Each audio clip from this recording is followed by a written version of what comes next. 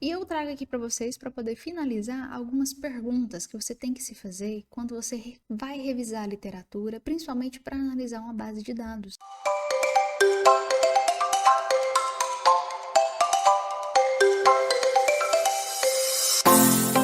Tá? Então, a primeira coisa que você precisa se perguntar é: essa base de dados que eu vou analisar, ela já foi analisada por outro pesquisador?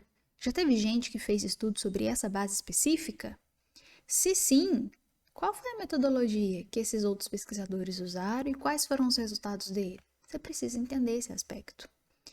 E será que, além da minha base de dados específica, tem estudo que analisou alguma base de dados parecida com a minha? Ou seja, o mesmo tipo de amostra, o mesmo tipo de variável, o mesmo assunto?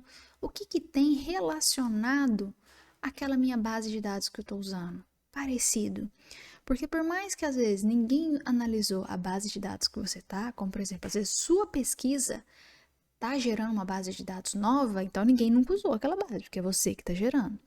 Mas tem estudos com bases parecidas, que seja o mesmo tipo de amostra, o mesmo tipo de variável, o mesmo assunto, e esses estudos aqui podem te auxiliar no seu processo da sua pesquisa para construir melhor a sua metodologia.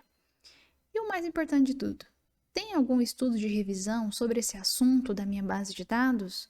Porque estudo de revisão de literatura, como a gente viu, ele resume tudo.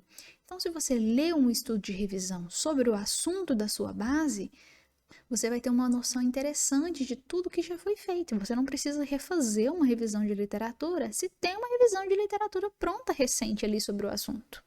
Mas se não tem nenhuma revisão de literatura e você precisa fazer uma, como é que você monta uma string de busca? Para montar uma string de busca, o que você precisa fazer?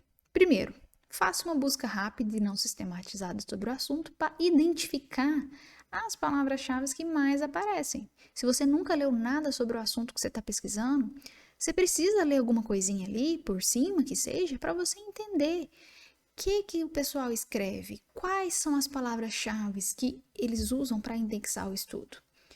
Então, a gente precisa identificar os termos, principalmente relacionado a tipo de amostra, isso considerando uma busca para mineração de dados, tá, pessoal? Por exemplo, quero fazer análise de dados sobre vinhos, ou então sobre feijão, ou então sobre queijo. Qual que é o tipo de amostra que você está analisando na sua base? Ah, ok, identifiquei o tipo de amostra.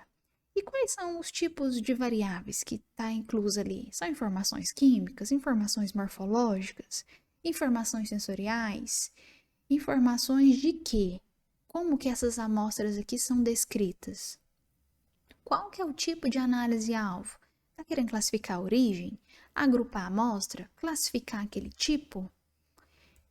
Qual que é um nome comum na área? Por exemplo, no meu doutorado e no meu mestrado, eu lidei muito com dados de vinhos. Eu percebi que os estudos que são oriundos de pesquisadores da química, eles usam muitos termos de quimiometria, análise multivariada. Já os termos aprendizado de máquina, reconhecimento de padrão, mineração de dados, é quando usam técnicas que foram oriundas da computação. Então eu percebi que tinha esse padrão quando eu fiz essa busca rápida. Então eu falei, então na minha string de busca eu vou juntar todos esses termos, né? Eu quero entender isso. Então, quando você identifica os termos relacionados àquilo que você está buscando, você consegue criar a sua string de busca, juntar esses termos com os operadores lógicos AND e OR, para poder fazer a sua string. E converse com o seu orientador, tá, pessoal? Para montar uma string de busca é de extrema importância que o seu orientador esteja de acordo com aquilo, até porque o seu orientador ele sabe mais do que você sobre aquele assunto e vai conseguir te orientar quais termos podem ser incluídos ou não.